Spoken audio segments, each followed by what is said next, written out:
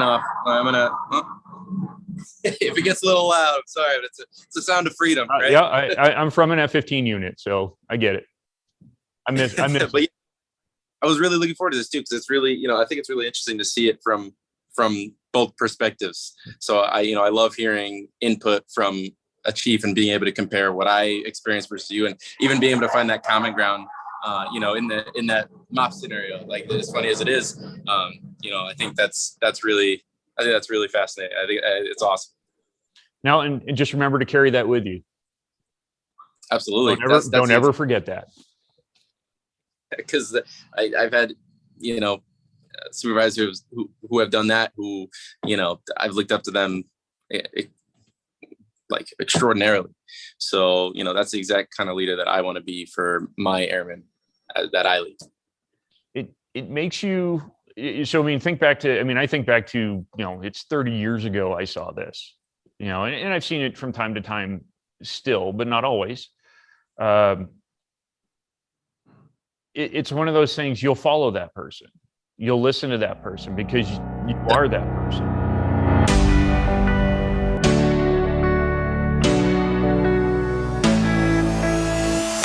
Hello, Air Warriors, and welcome to another episode of Chevrons, the podcast of the Enlisted Force. I'm Chief Master Sgt. Shawn Sullivan.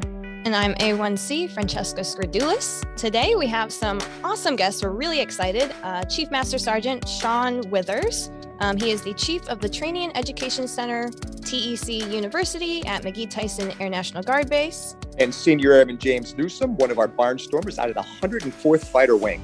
Gentlemen, I want to start this off because this was one of my most anticipated episodes, just because we have Chief Withers and we have Airman Newsome, and we're going to be able to talk education on both ends. But first, I want to get a little background on both of you. Chief Withers, you've been described as the most interesting airman in the Air National Guard. I got to start with that. So tell us a little bit about yourself, your military story, your current position, and just why are you the most interesting man in the Air National Guard? That came along. I can't believe you brought that up. That came along from a resiliency event. So long story short, so first off, I'm originally from Massachusetts as well, and started with the 104th back when they had A-10s. Got into flight school in Florida, so transitioned down to the Florida Air National Guard when I was 18 years old, put myself through flight school, and I was a photographer, videographer in the Guard. And the 125th offered me a full-time job. My goal was to be a pilot. I did get a pilot's license and do a bunch of fun stuff, but then I realized I had the coolest job in the military, and that was doing photo, video, and eventually public affairs. And I know there's not a whole lot of love for that career field sometimes, but I will tell you, for somebody that, and this will lead into the most interesting man thing, for somebody that gets involved with just about everything, it was a great career field, because I've crawled around in gas tanks of F-15s. I've done investigations, I've done aerial photography. So, for somebody that, you just didn't know what you're going to do, no matter what, what day of the week it was fantastic. Which leads to the most interesting man in the Guard, the video that the group here did a few years ago. My outside life, so outside the military, I'm very active. I haven't actually flown in a while. I've gotten a whole lot more takeoffs and landings recently. Since 2008, I've been a very active skydiver. I've gone through brewing and distilling school, so I'm an active brewer. I ride motorcycles regularly. I rebuild cars. I still actually have my first car. It's a 1966 Chevelle, and we're about to put it back on the road. It is originally a Massachusetts car, second owner on it, bought it when I was 13. So the weird part is in 2014, I ran into a pretty significant health issue, and I now have cow parts in my heart. So I have a cow valve in my heart, not due to bad eating or bad anything, it was just one of those, they said it's a birth defect that was never caught. And I'm very happy about that, because it took them almost 30 years to find out I shouldn't be in the military. And by that point, it's too late to throw me out. And there was a big resiliency story in that. And the fact that 6 months after I go through open heart surgery, they put a big piece of cow in me, and I'm running 5Ks and getting out there, and you just don't quit. There's never an excuse. So that's where they decided to do a story. It was one of the 4 pillars of resiliency, and that's where that came from. And I can't believe you brought that up. We find anything as a former police detective. I put my best co-detective, my co-host on this, and that's where that came up. I have one follow-on question with that. As a former rotary wing aviator, I always found it best to balance my takeoffs and landings like a 1-for-1. So you mentioned that you had more takeoffs than landings. Yeah, I go up with the airplane now, but I don't come down with it anymore. Because you like to jump out of it. That's correct. Yes. Okay. Same question for you, Senior Airman Newsome, over there at the 104th. I'm so excited in my new position. I'm going to get to come out there and spend some time with you, but tell us about yourself, your military story. What do you do?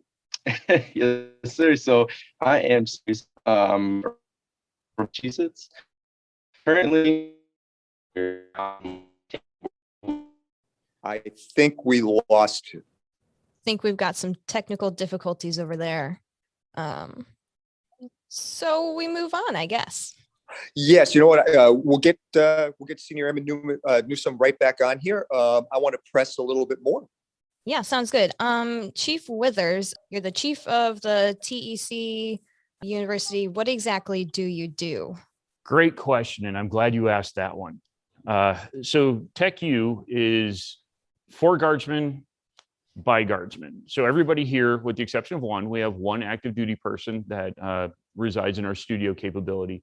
But our goal is to provide leadership and professional development to the 100% of airmen. So our goal is to have courses, products, and a lot of educational material available to every guardsman, not just the ones that work full time.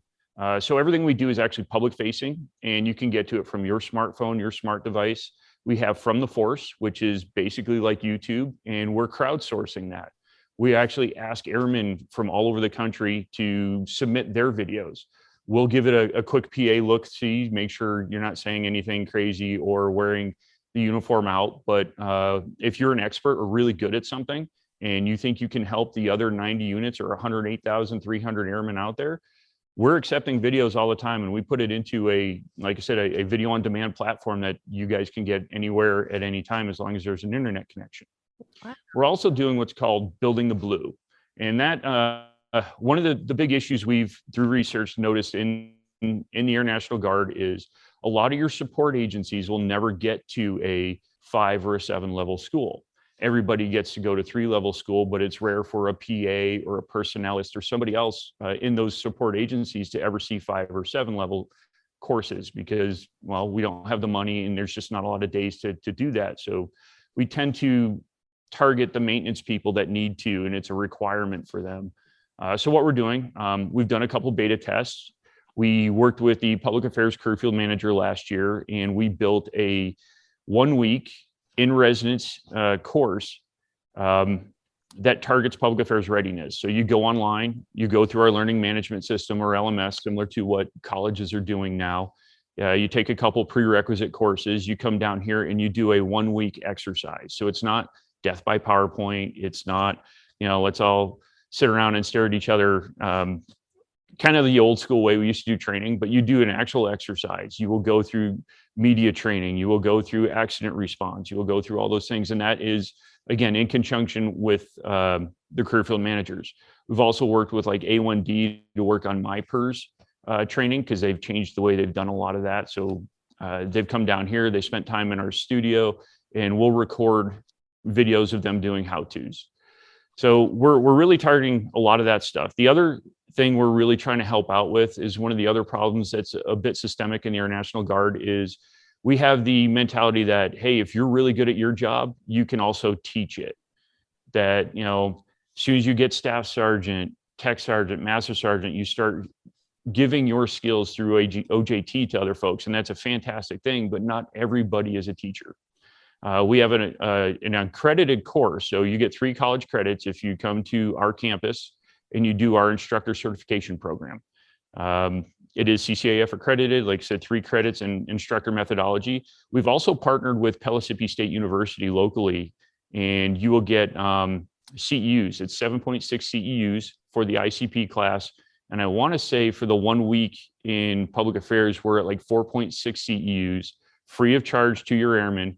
And again, targeting guardsmen. CEUs, they're education units that help with professional development that a lot of your employers ask for. So your part-time guardsman is where we're really targeting with this. And now you've got certified professional development training. So that's really what we're trying to do here. And then, of course, what we're really famous for is our video productions. We've kind of taken a different approach and really geared towards training and education with our video productions. Not too long ago, you guys at the wings were doing your roundups. There was collect and report, so pre-deployment training, a lot of those video projects, and those came out of here working with the folks at the Readiness Center to try to take some of your ancillary training seat time away and give you the ability to go do your jobs on your weekends. That's really cool. I had no idea there were so many programs, especially the building the blue and the instructor certification. That stuff is really cool. And that's the ignorance I think that we have sometimes. We think of TEC, we think of only PME. And there's just so much more that goes on there beyond just the PME piece that it's awesome. It's really great to hear this. I see that we got Senior Airman Newsome back on. Senior Airman Newsome, let's do a quick comm check. Yep. How do we hear you? You got me loud and clear. I got you the same. Outstanding. You sounded like R2D2 there last time. So now I can actually hear your voice. Yep. Senior Airman Newsome, I want to go back to the initial question. Tell me about yourself, your military story, your civilian. What do you do on the civilian side, and your current position? Yes, sir. So my Air Force career started active duty. I was active duty for 4 years. I was in Malmstrom, Montana.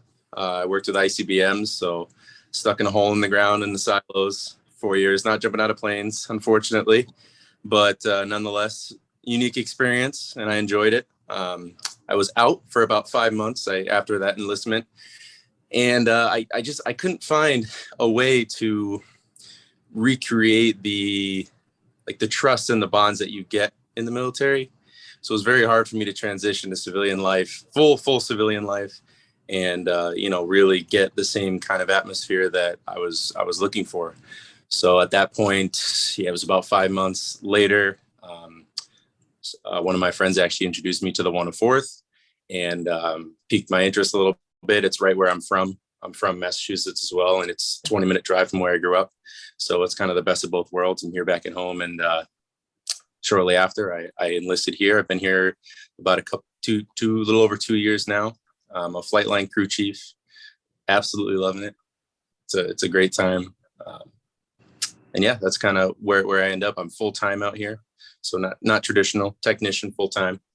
And don't plan on going anywhere. It's a fantastic opportunity here.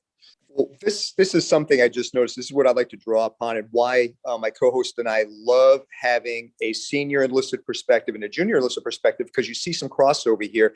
One thing that just hit me is that Chief Withers, in your case, you had something catastrophic happen to you at the 30-year mark, and I'm sure you had to fight to stay in and maintain your time in uniform. And Senior Airman Newsome, you stepped out, and after 4 months, you noticed that there was something missing in your life, and you brought it back in. I'd like both of you just expand a little bit about what this profession of arms means to you, and what are the intrinsic things that are driving you to want to stay in uniform and to maintain being an air warrior. And Senior Airman Newsome, I'm going to start with you. What drove you back in? What do you think are the 1 or 2 things that were really missing that made you want to come back in and stay? Sure. Yeah. So I at first, you know what? I'm not even going to say at first, because pretty much right from the beginning, I was second guessing my decision. I knew coming back into civilian life, you may not always end up with a supervisor who has your back or, will defend you, even at the risk of his own reputation, by any means necessary. That's just something that I couldn't find on the outside before and after my first enlistment. So, it was just, I found that what I value most is trust, not only in my subordinates, but my leadership. So it was very hard for me to kind of to lose a bit of that on the outside. I just didn't have the confidence that I had when I was in. So, I think it's really important to have a like mindset with a lot of the people that, you're working with every day. And I know that's something that I have, with most who are in the military currently. So, I think that just builds rapport and at the end of the day helps to get the job done, in the safest way possible. And, the most fluid way possible, I should say. When you really trust the guy next to you. I can't tell you how many friends I have on the outside who, no matter how much money they make, they all just seem to be miserable. Oh, I hate this guy that I work with, or my supervisor. He just, he really just, screwed me over. He didn't care, even though I was in the right, and blah, blah, blah. It's one thing after the next. And, it's just something that I never really see as much in the military, just because of that underlying trust that everyone has, with each other. And that's something I found that I didn't know I valued, but once I got out, it really became apparent. And that's really what kind of pulled me back. And I've definitely not regretted it. I know it was the right choice, because I've loved being back ever since I re-enlisted. And that ties into one of the leadership books I read, where they talk about the four most basic needs of a follower, and one of them is being trust. Feeling as though they're trusted by their leadership and trusting in their leadership. So it's nice to see that we're still fostering that across the military, and that keeps people in. Chief, same question. Over 30 years, and you still want to serve. What's driving it? Absolutely. There's no question about my desire to continue to serve. So one, extremely thankful for the military, specifically the Air Guard, where I've spent my entire career. Without it, I wouldn't have seen, done, learned, experienced a lot of things. And I think what drives me to continue to serve is absolutely the people. Our mission is really cool. We have a great mission here. I don't believe it'll ever go away. Training and education is something that's fantastic. I do miss the public affairs world and getting to interact with a lot of people, telling the story of the Air Force and the Air National Guard, and sometimes at the DoD level, helping people. The beauty of the Air National Guard is we don't have just a federal mission, but we have a state mission. And every once in a while, they'll reach back to us here to help out, because we do have some experience. Our other fellow PA on staff here, Master Sergeant Smith, and I worked a lot of hurricane response over the last few years. So you're actually helping U.S. citizens, and it's not always just in a foreign nation. But I'm going to kind of back up what Senior Airman Newsome said is there is a lot of trust here. I mean, is it perfect every day? Absolutely not. But I go home every day and I listen to my wife talk about her civilian job, and she's a retired Air Guardsman, aircraft maintenance, first sergeant for a long time. And she keeps telling me, when you do retire, you're not going to like it. The people here, developing people, working with people, seeing what we can do. We haven't failed. We don't get along sometimes, but there is a camaraderie here. I think someone way smarter than me once said, strong bonds are forged in fire.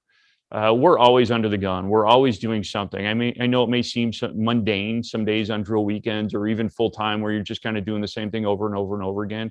But we've all raised a right hand. And I know that's cliche and everybody has said it, but we did. We've all raised a right hand. We've all volunteered to go somewhere and do something and serve a bigger and a higher purpose.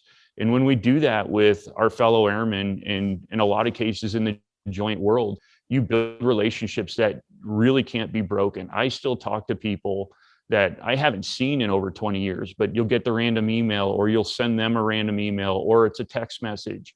I mean, those are bonds that just don't go away. I remember my dad told me at the beginning when I first enlisted that you'll end up having a friend in every state. And I did almost within the first 4 years. Yep, exactly. Yeah, I went to Marine Corps boot camp, and somebody sent me a Facebook page where, it's for Marines, former Marines only. And it's an opportunity to go back in and reconnect with old friends. I went to boot camp in 1983. I jumped on there, about a week and a half ago. I've already reconnected with 8 or 9 people that I went to boot camp with in 1982, 83. So yes, the bonds are lasting and lifetime. Thank you for sharing that with me. Yeah. Part of this podcast is getting, like we said, getting both ends of the perspective. So what I'm asking as an airman is, Airman Newsome, you're mentioning, having that trust between your team. What do you look for from the airmen, your airmen under you, your peers, whoever? What do you think is the most important attribute? What do you want them to do to show them that you're here and you're in it, and like what will make them succeed? So, I mean, what I look for, whether it's somebody above or below me, I just think the most important thing you can have, this, it goes along with trust, is the ability to speak out. So if they do or don't like something, I don't want them to be afraid to let me know, or just be able to speak up and let anyone know about it. And I think that I've seen it both ways, right? Like when I first joined, I saw it, we had a lot of newer guys who necessarily may not have been listened to as much. Even if their input was valuable, it wasn't taken as serious. And you can see such a difference in like the morale and the productivity of a shop based on, the airman's empowerment, or anyone's empowerment, really. Like if your voice is valued, I think it has a direct correlation to the productivity of the mission as a whole. Yeah, definitely.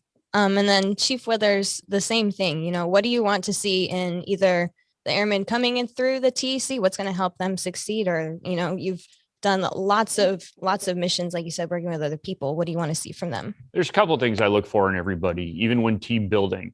What I really want to see is effort. Are you coming to work every day to, right after our second core value, excellence in all we do? So I'm looking for effort. The other thing a lot of people are afraid to talk about is accountability. I will flat tell you, I find new and creative ways to mess things up every day. I don't make the same mistake twice, and be accountable for it. One of the best things I was taught in a long time ago was it's okay to own your mistake. Don't make it over and over and over again, because that's not a mistake, that's a trend. And the other thing is when you make a mistake, walk in my office, tell me you've made that mistake, and give me a couple solutions to it. I love it when airmen walk in and go, hey, Chief, we've got an issue. Here's the issue. Here's how we're handling it. And at that point, I go, rock on, handle it. Or, hey, maybe let's sit down and talk about your decision-making paradigm there and how did we get there? And then you're providing guidance, but you're empowering them to fix their issues. And I think that's important. So I'm really looking for effort and accountability when people walk in my office, or when I'm walking around and just talking to people. Definitely. And then what I was going to ask as a follow-up to both of you is, does that change when you're looking at what you want to see in your leaders? Oh, Senior Airman Newsome, I think you're muted. I was muted. There's jets outside. I don't want to overload the chat with the beautiful F-15 noises. I don't have that here, so I would love to listen to it. Oh, you'll hear, they're going to take off in just a few minutes. I'll try to mute the mic.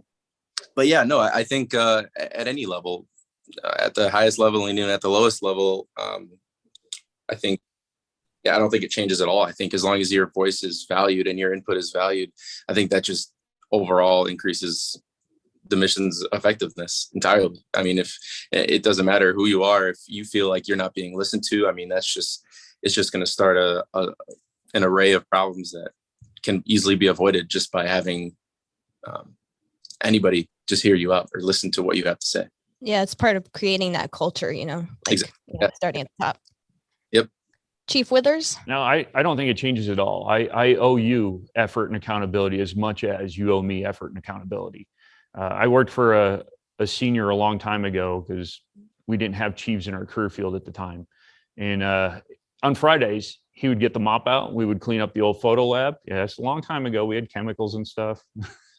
But he would start mopping up the photo lab. I mean, here's your senior. This is the guy that runs your organization. And I'm an A1C senior airman. And I'm just kind of going, what the? And he's like, hey, I won't ask you to do anything I won't do. So I expect my leadership to bring effort and then be accountable to me too. It's not always what you want to hear, but you owe an answer to your airmen, good or bad. I mean, we're going through some pretty interesting stuff right now in our country with vaccinations and mandates and those kind of things. And, you know, some people are happy, some people are sad. There's a lot of frustration happening, but the answer is you provide the information as best you can. I owe that to them. That's the effort I bring and the accountability I bring to our airmen. And then, you know, if it's not what they want to hear, how do you sit down and get them through whatever issues it's creating? Yes, I believe, you know, any person that walks through the door here, I don't see a change. We all owe the same thing. Chief, I think it's great that you mentioned that mop example, because funny enough, the same thing happened to me when I first joined. My one of my instructors in tech school did exactly that. I believe he was either a tech or a master sergeant at the time. And he, at the end of every day, we'd mop the hallways, sweep the hallways, mop the hallways. And he'd be out there doing it with us.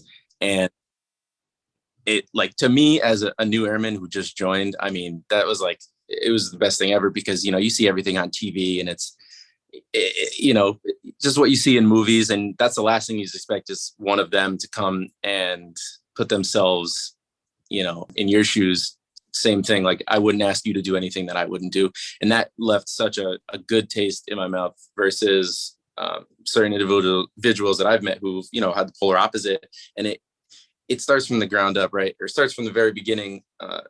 A lot of the times where you can set either a good tone or a bad tone. And, you know, I think it affects directly like their rate of progression, because if you develop sour airmen who are going to come up, you know, hating their supervisors or not trusting their supervisors, then it's just going to escalate. It's going to spread like wildfire. But if you start from day one, you know, leaving these good impressions on young, impressionable airmen, you know, it's just going to spread in the best way possible. So, I mean, I've had supervisors like that, and I mean, the morale was amazing. There was no issues, and I've seen it both ways. So I think that's really cool that you know, you saw the same thing, because that made a very, very good impression on me. And that was a great way to start a career, is to see something like that in the military. Absolutely. I love this dialogue that we're having here. Unfortunately, a great leader once said to me, "Semper Gumby," was his driving force, meaning, you know, kind of like the old John F. Kennedy, rigid flexibility. I have to flex out, but I did have one more question, short answer question for you both.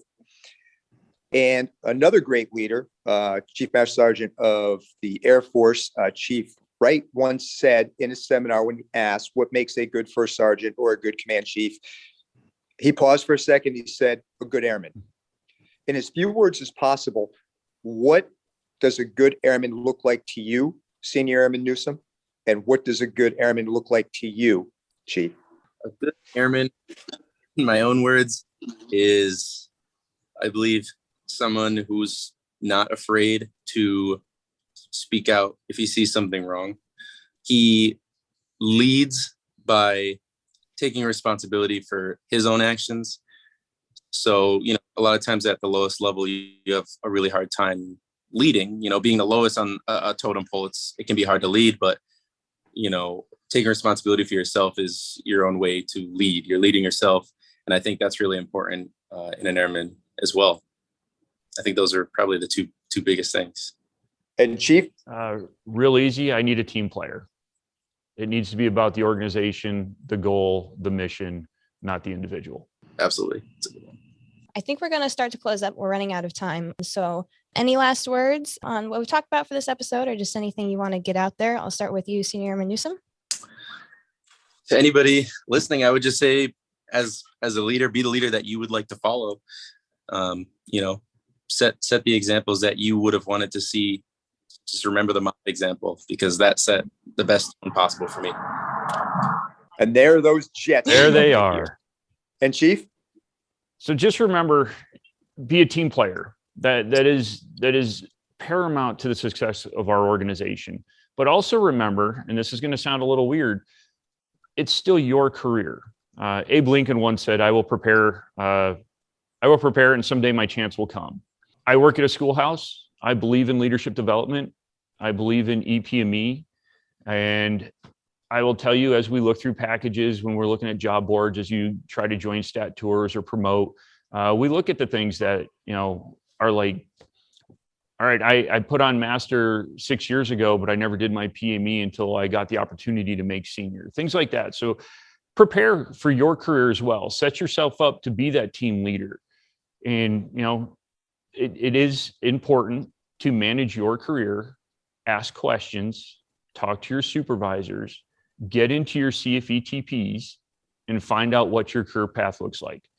I like to tell people to reverse engineer your career. If you want to be the Chief Master Sergeant of the Air Force, there is actually an avenue in the Air National Guard to be the Chief Master Sergeant of the Air Force. It hasn't happened yet, but there is an avenue.